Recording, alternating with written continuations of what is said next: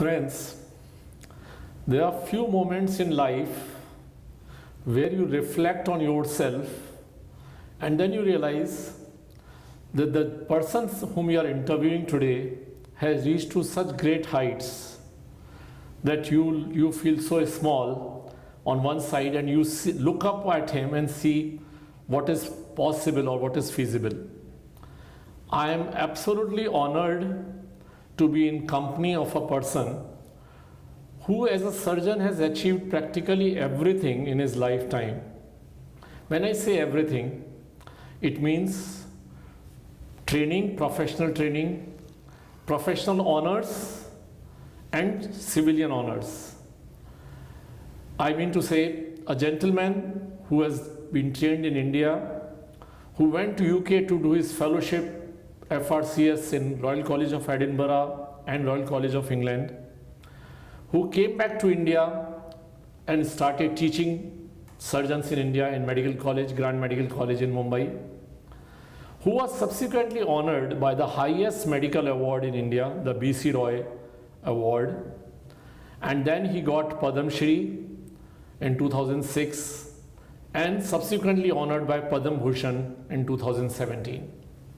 Not only that, he was also been honored by OBE, Order of British Empire, by Queen Elizabeth II.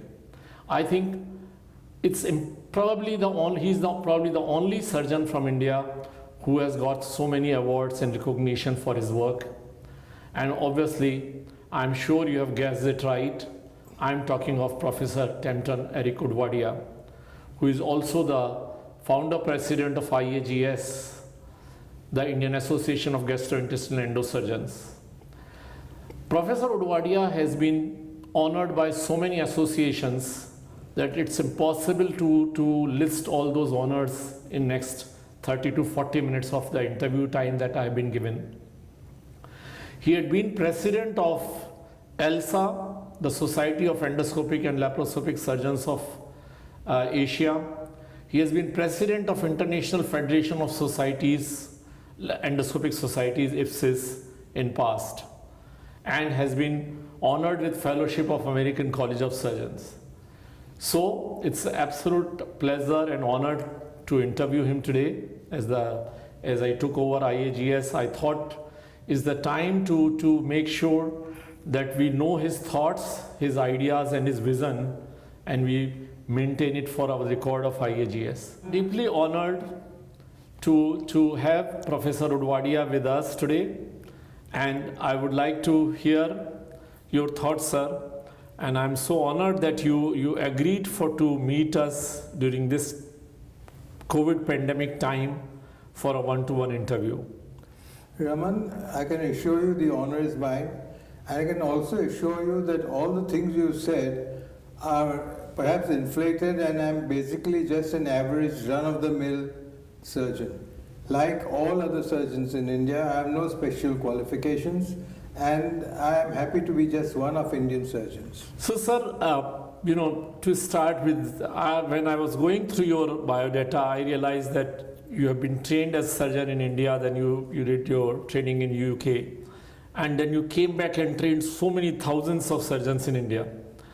How do you see difference in training, surgical training in India and UK, and how that can be improved if there are any lacunas in India?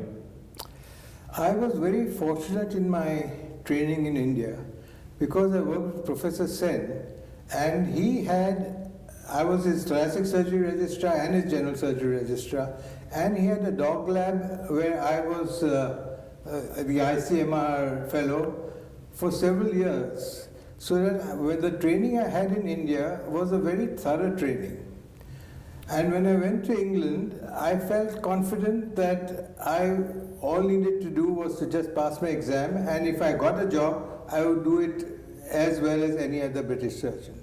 I was very lucky to get a job because in the early 60s, they were not giving jobs freely in England. And somehow, thanks to Professor Sen's contacts, I managed to become a registrar to a teaching hospital, Royal Liverpool, without even applying for the job, and I found that there was a definite difference in the treatment.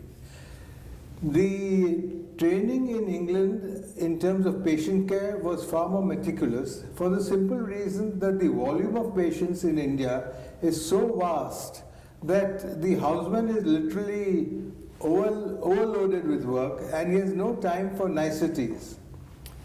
He has no time for research, he has no time for reading. Whereas there was ample time because the national health was relaxed and they took a certain number of patients, certain number of operations, and everything else was on the waiting list. Whereas India, we tried to keep the waiting list as low as possible because the patient was off work and needed to work.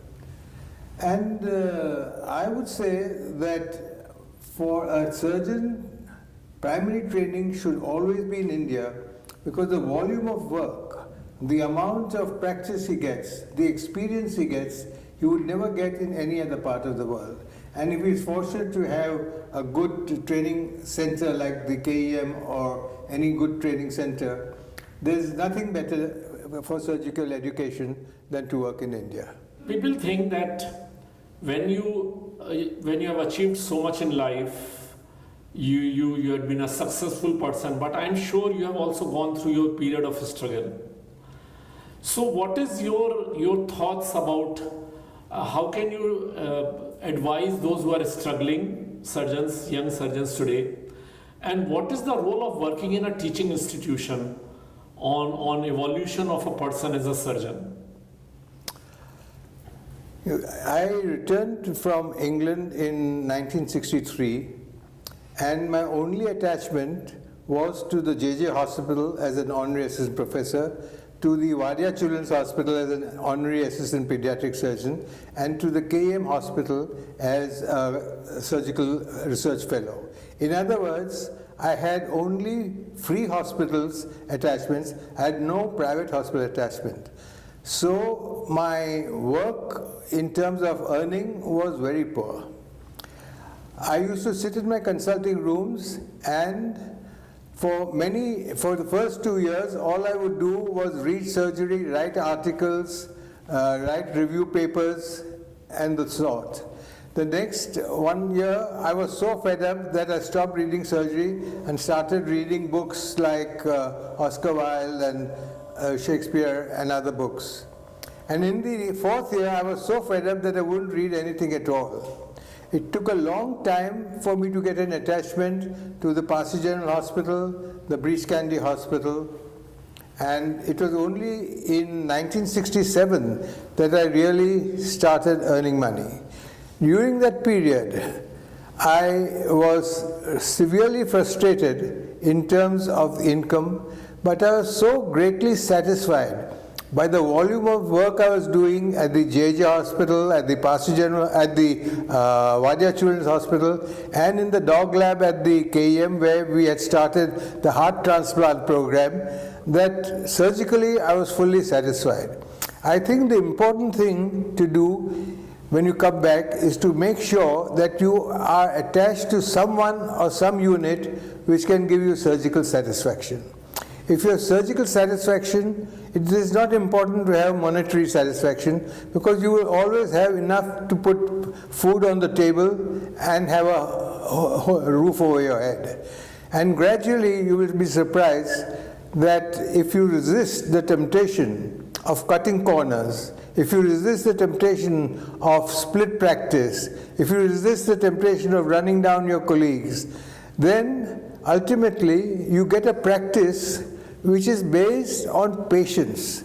Your patients start sending you patients, and that is a practice which snowballs. It just goes on increasing in volume even till today, and that is a practice no GP can ever take away from you. So I would request that you stand firm to your convictions, and you are bound to make good because your work will speak for itself. And whilst you're waiting and in the process of frustration, try and get doing surgery with someone, assisting surgery, going for free assistance, whatever it is, asking for an attachment, honorary attachment to any hospital, even if it's not a teaching hospital. And I can tell you that the ultimate way to grow in surgery is to be in a teaching hospital. Because in a teaching hospital, you don't teach. In a teaching hospital, you learn. And the amount of learning you get in a teaching hospital is amazing. Your residents are teaching you, your students are teaching you, your patients are teaching you. And in India, the volume of work, I mean, we had 20 allotted beds at JJ Hospital in my unit. It was a tertiary care hepatobiliary unit. And at any one time, we had over 80 patients in the ward, on the floor, between the beds, under the beds. So teaching hospital, at that time at least, was a unique experience for any surgeon. So, sometime in your career, sir, you thought of laparoscopy as a game changer, or did you think about it as a game changer, or did you think just as an addition to your general surgical practice? So, what made you think of laparoscopy as an addition to open surgical work? You see, at JJ Hospital, as I told you, we had about 80 patients at any time. And the infrastructure was so poor that a berry meal would take 3 weeks to materialize. And the log of waiting period was so long that it was causing the backlog. I was lucky to see a gynecologist doing a diagnostic laparoscopy, gynec laparoscopy, and I requested if I could look into the telescope, and Dr. Mohita Shah was doing it, and I raised the head end of the bed, reversed the Trendelenburg, and I was amazed at the clarity, the clear vision I could get. And then I realized that if I had a laparoscope, our diagnosis of patients would improve so fast that we could have a rapid turnover and make a very efficient ward. And that is why we went to, at that time, medical instruments had a duty of 360% import duty. Hence, I went to Germany, got the laparoscopic equipment, smuggled it between the saris of my wife, and came to India, and had no conscience biting me because I was using it only for poor patients in a teaching hospital. And the rapidity with which we could have a transformation in the bed turnover was amazing. And we had a tertiary hepatobiliary unit, and we could do full justice to all the patients that were referred to us. That is how laparoscopy came into India, not as a tribute to Western technology, but to have early diagnosis in poor patients in a teaching hospital. So, from the diagnostic laparoscopy, did you ever visualize that we will be going in such advanced laparoscopic surgeries now, the oncological surgeries, bariatric surgeries? Did you ever thought of it at that time? You see, in 1972, all through 70s, we were just so happy doing diagnostic laparoscopy, and we used to go to rural India where they had no ultrasound, no investigative, and the surgeons in rural India already had laparoscopes because they were doing sterilization. So they took up diagnostic laparoscopy in rural areas very rapidly. And then we realized that there could be a future for laparoscopic surgery. And when the initial laparoscopic cholecystectomy was described, we immediately felt that with over 3,000 diagnostic laparoscopies behind us, we were in a position to move into laparoscopic operative surgery. We got the equipment in March. My team at JJ and I worked with it for 6 weeks on a trainer I made out of a plastic box, and we were happy to do the first laparoscopic appendectomy, laparoscopic cholecystectomy in the developing world. And people give me the credit for doing the first laparoscopic cholecystectomy, but let me make it very strong and clear that the credit goes to the whole team, the whole surgical unit of Ward 19A, the residents, the interns, the nurses, and the theatre nurses and anesthetists of JJ Hospital. Here is a person who started diagnostic laparoscopy among surgeons probably first time in India in 70s, 72, 73. And then you did the first lap cholecystectomy in 1990. Yeah. And then rest is history. Now we all know how laparoscopy has evolved all over the country. And then Professor Udwadia, in 1993, founded the Indian Association of Gastrointestinal Endosurgeons along with other pioneers of that time. And that association is now 27-year-old. And we would like to know, sir, has IAGS lived up to your expectation, and where do you see it next 25 years? Yeah. Let me tell you what my expectations and expectations of the 32 people who founded it, the founder members, was. Our expectation was, one, to make a happy brotherhood of surgeons in India who are doing laparoscopic surgery so that we could grow together in the specialty. The second expectation was that I was convinced that the benefit of advance in surgery should reach all people in all places, and that this specialty should be spread not only in the major cities but all over country in rural areas, so the poor people got the benefit. When we started laparoscopic surgery, there was a lot of criticism, both from foreign surgeons and Indian surgeons, that we were unethical and we were doing something totally inappropriate for a poor country. But I felt that laparoscopic surgery had the tremendous advantage of early return to work.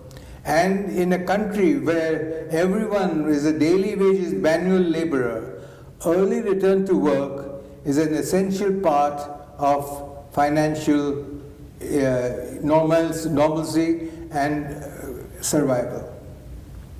So over these 23 years, I can say that all the presidents of IAGS have worked diligently, and I feel that almost every year the next president is doing better than the previous president. So that today we have reached a situation where India is in the forefront of laparoscopic surgery in the world. Our 3-star hospitals are doing as good laparoscopic surgery in as many specialties as is possible and is done anywhere in the world. And in our smaller areas, the essential basic laparoscopic surgery is being given the benefit to all our poor patients. So in those aspects, it has achieved everything. Further, we thought that IAGS would grow as a body and an educative body and an advanced educative body, and the presidents after me and the secretaries after me and the societies after me have made sure that we are improving our education process every year with fellowships, with examinations, with tutorials, and in every way. And that, I think, makes me feel that the IAGS has lived to the expectations, hopes, and aspirations of the founder members. It's strange that, sir, I was working in a rural place in 1990, and we had almost a similar thought. I used to do diagnostic laparoscopy, that it is easier to put in a laparoscope than getting an advanced test done like a CT scan in another city. So, sir, you had always been very, very vocal about surgeries in rural India, surgeries by rural surgeons.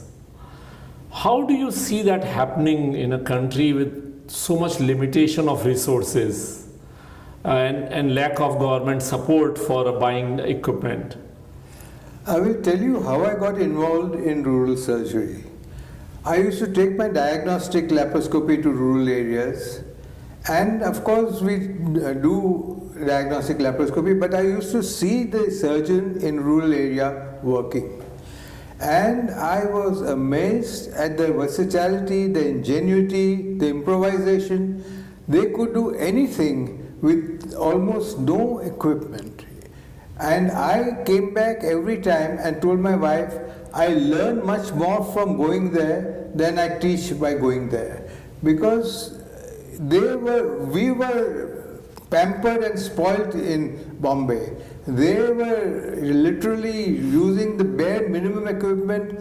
The light was awful, the shadow of the whole hand would come on the operative field, but still they would do a good job. And what is more, they would do it feeling that they're doing something which is necessary as a profession. They were not doing it as a money-making thing. They felt they were doing communal service. They were doing service for people. And I have the greatest respect for India's rural surgeons. They are the backbone of Indian surgery. And I used to live in the house. They used to take me in, and they were so nice human beings and good surgeons. And that is when I felt that if we were giving them more opportunity, they would do much better surgery than what we are doing.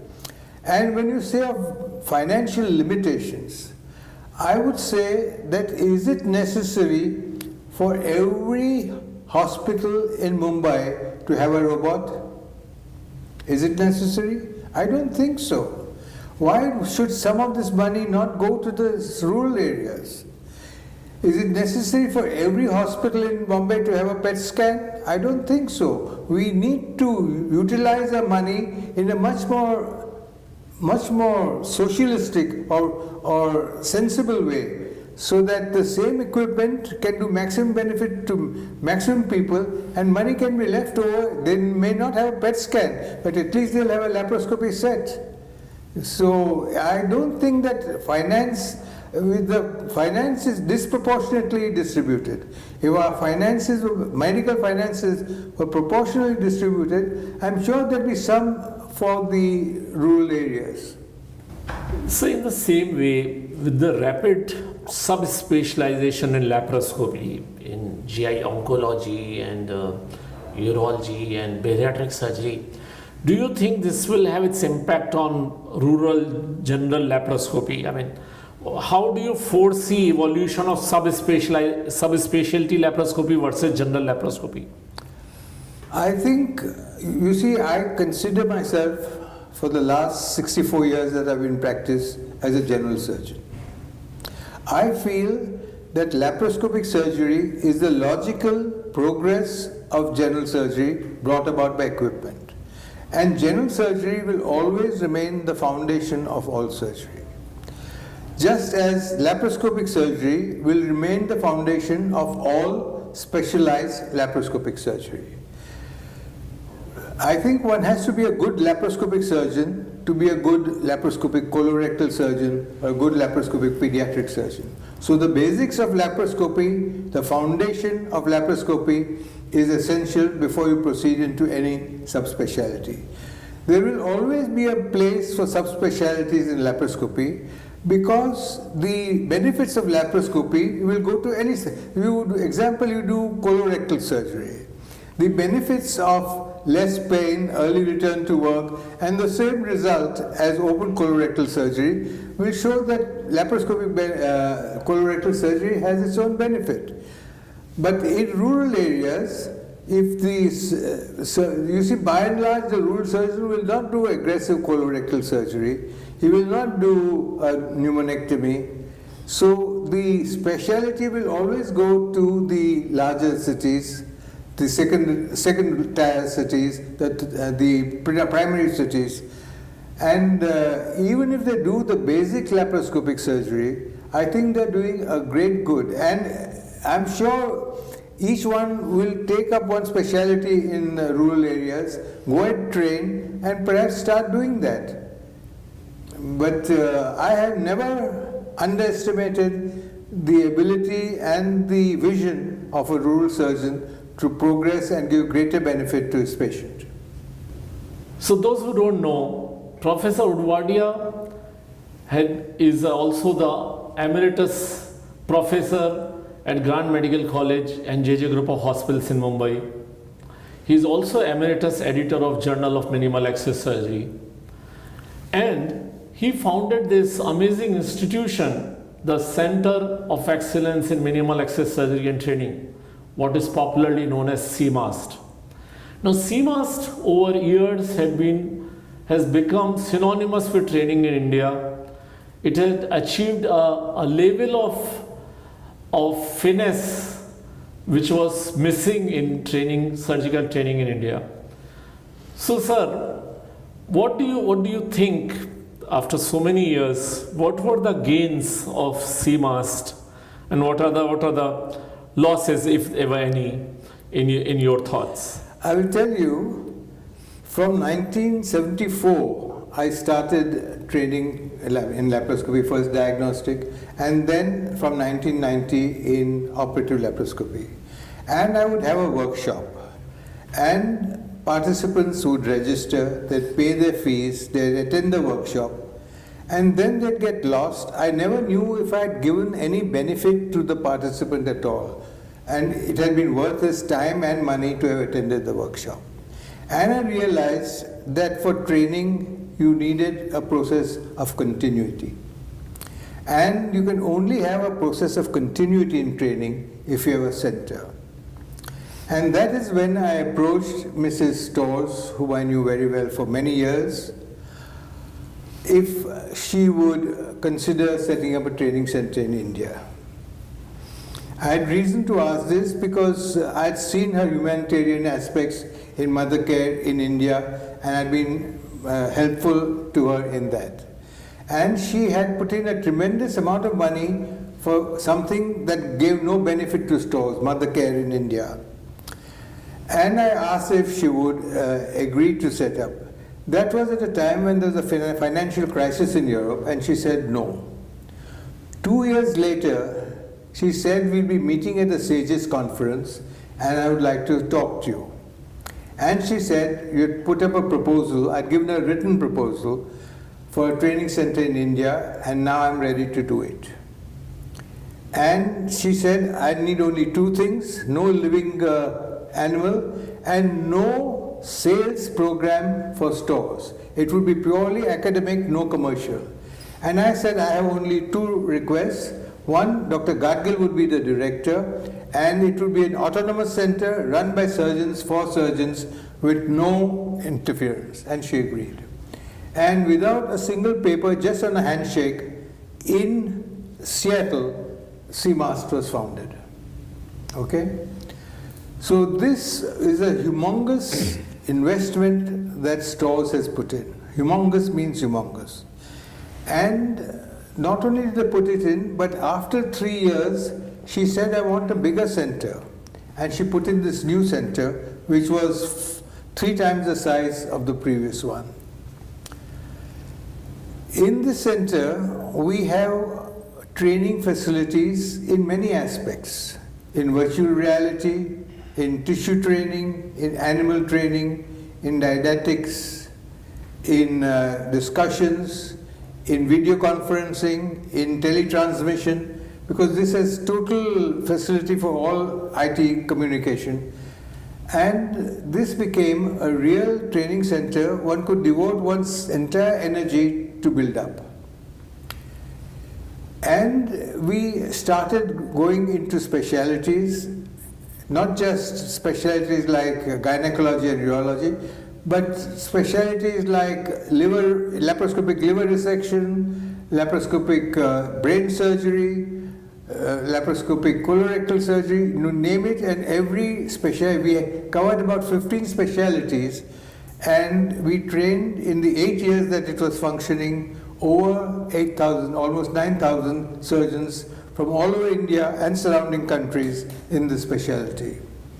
I think this is how, if we had multiple training centers like this all over the country, laparoscopic training in India would be perhaps the best in the world.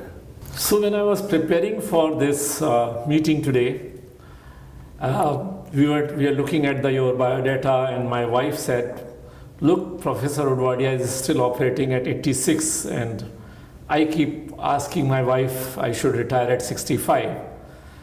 So what keeps you going, sir?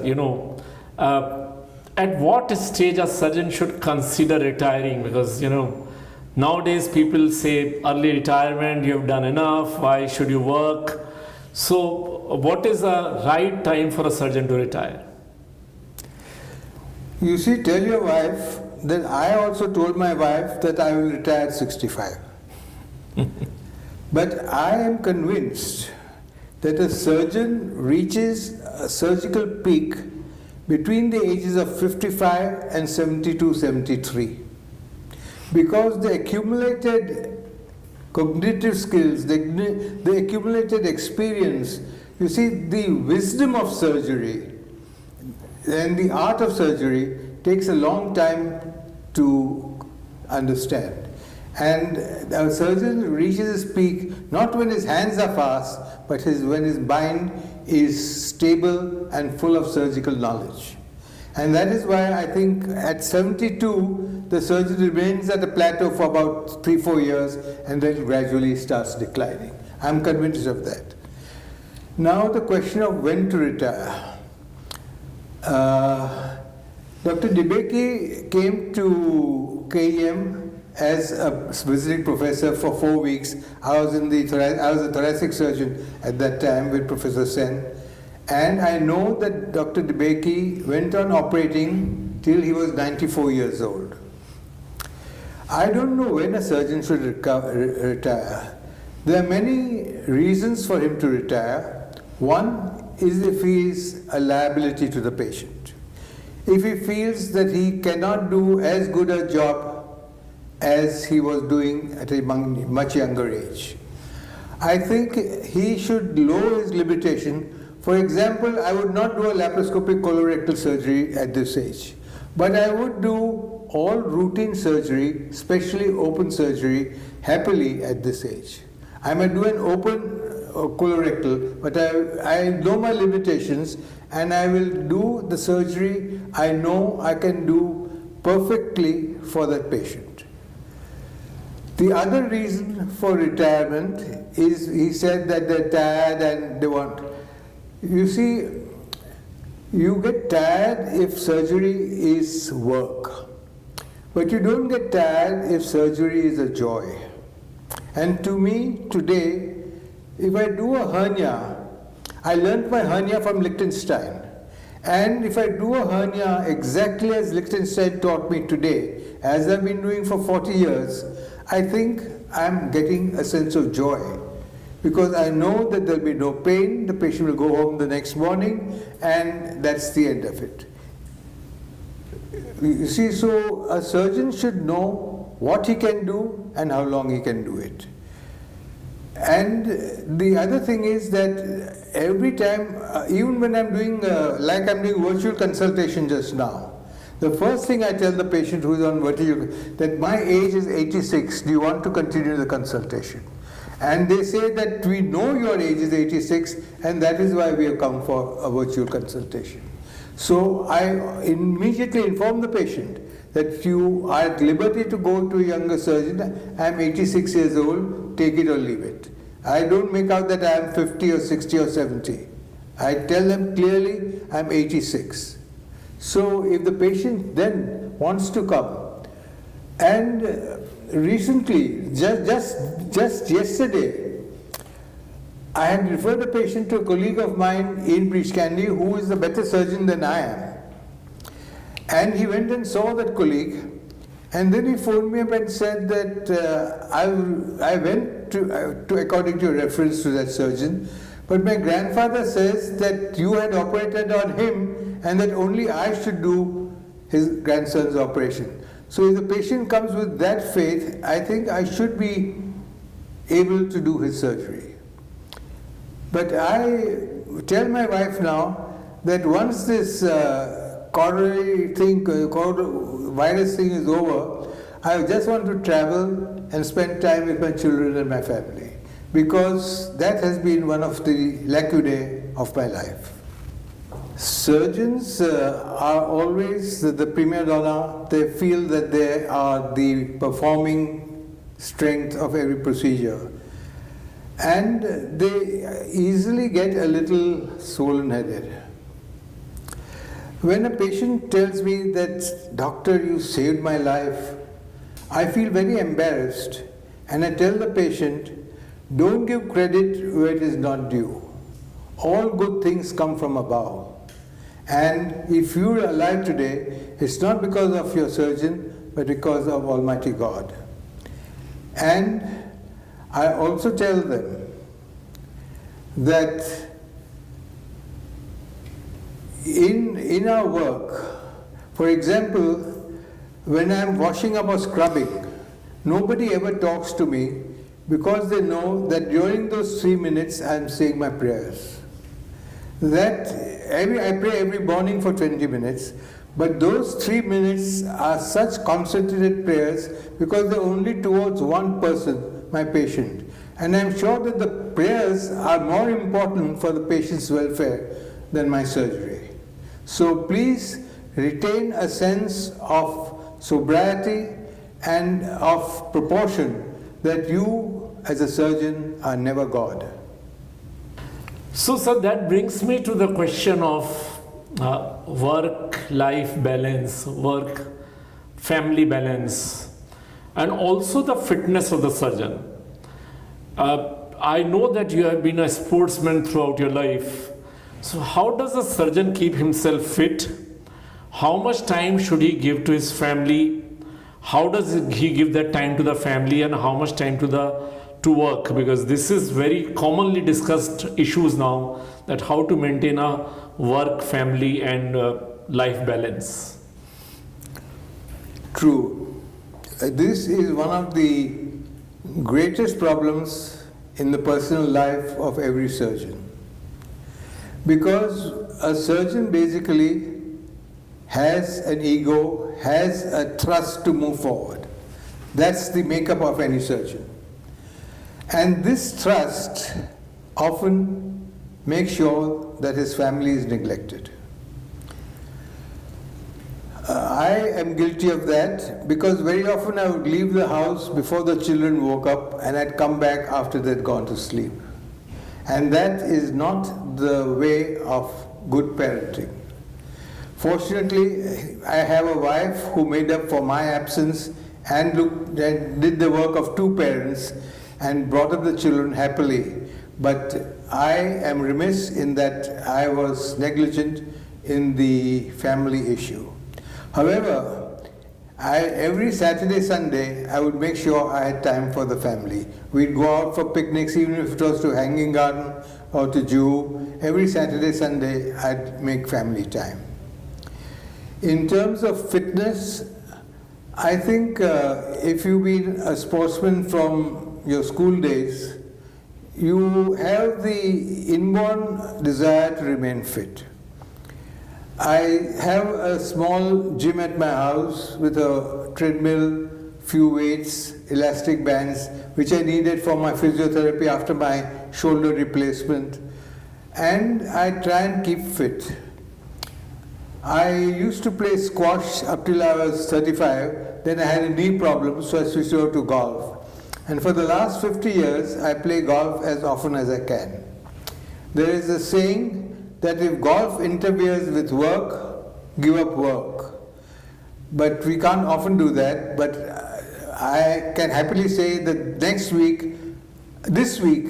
weekend, I'm starting golf after 4 months.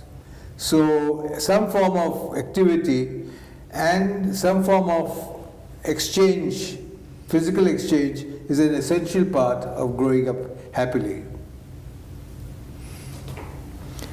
And my golf distance has not decreased over years.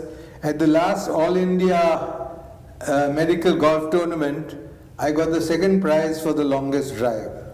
In this materialistic world, a lot of frustration comes from expectations. We are, as doctors and as surgeons especially, we are in a great hurry to be at par with a software engineer, or we want to be at par with other specialists who are doing better than us.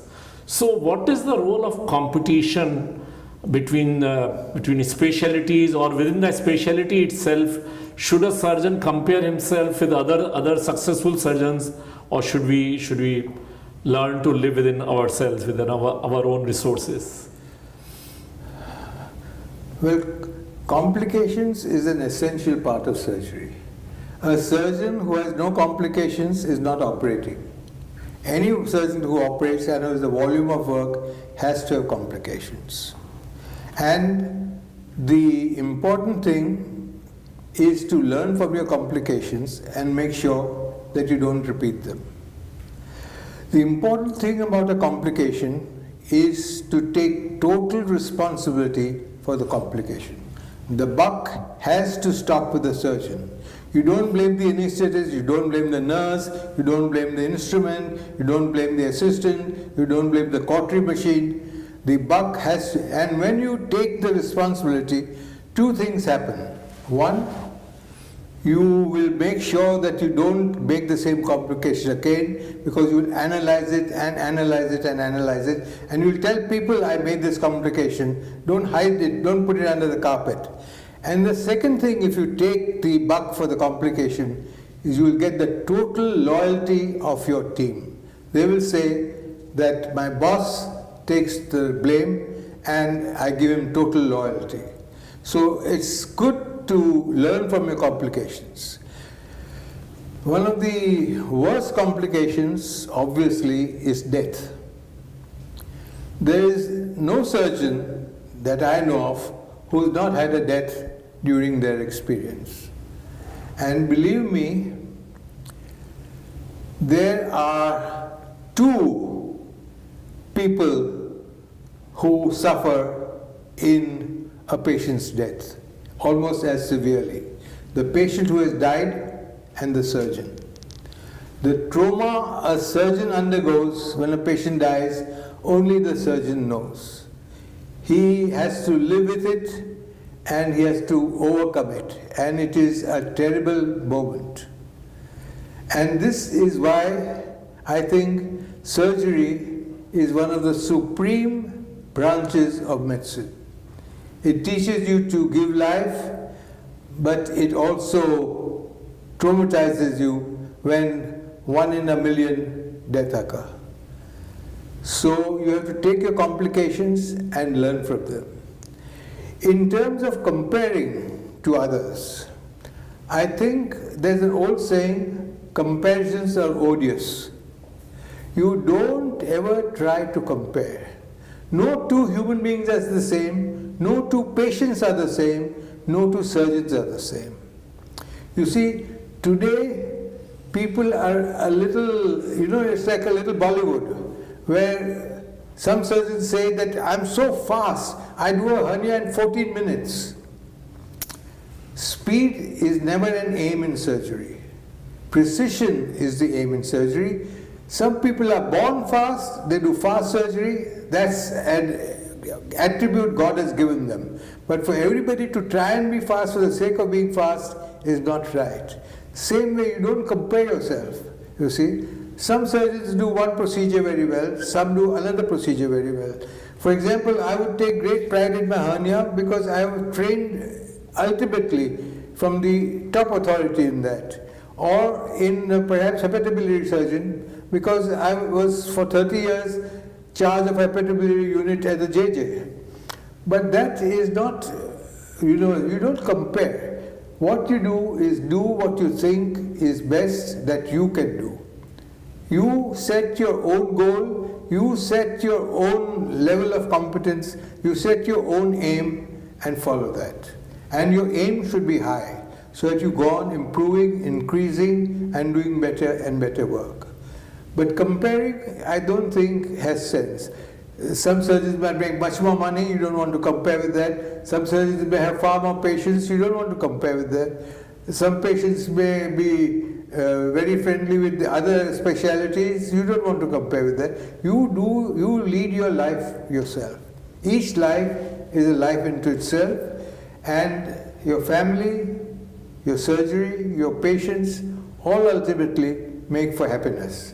Ultimate aim of life is only one: to be happy in your family, in your work, and in your life. If you're happy with yourself, you're doing a good job.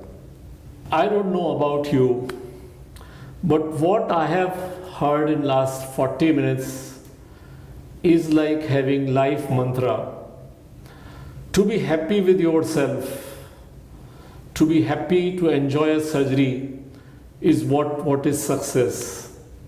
I think in last 40-45 minutes, Professor Udwadia has given the gist of a surgeon's successful life.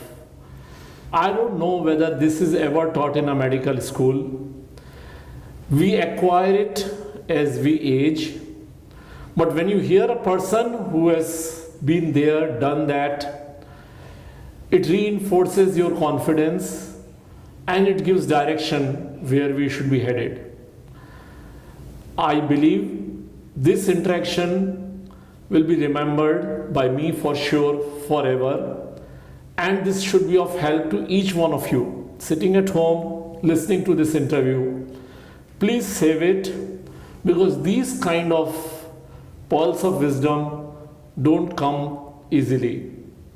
Professor Odwadia is one of those surgeons who have evolved from a humble background to reach a pinnacle of surgery and still retain modesty to call himself a general surgeon.